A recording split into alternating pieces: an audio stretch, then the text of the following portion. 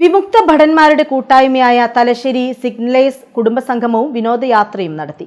പറശ്ശിനിക്കടവിൽ boat യാത്രയും നടത്തി. വിമുക്ത ഭടന്മാരുടെ കൂട്ടായ്മയായ തലശ്ശേരി സിഗ്നലേഴ്സ് കുടുംബസംഗമവും വിനോദയാത്രയും സംഘടിപ്പിച്ചു. പറശ്ശിനിക്കടവിൽ ബോട്ട് യാത്രയും നടത്തി.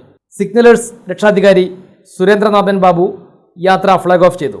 കുടുംബസംഗമത്തിന്റെ ഭാഗമായി വിവിധ കലാപരിപാടികളും അരങ്ങേറി.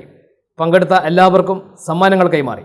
സിഗ്നലേഴ്സ് secretary AK Ramakrishnan, M Karunan, M Sasheendran, CA Jayarajan, P Viswajith തുടങ്ങിയവർ നേതൃത്വം നൽകി.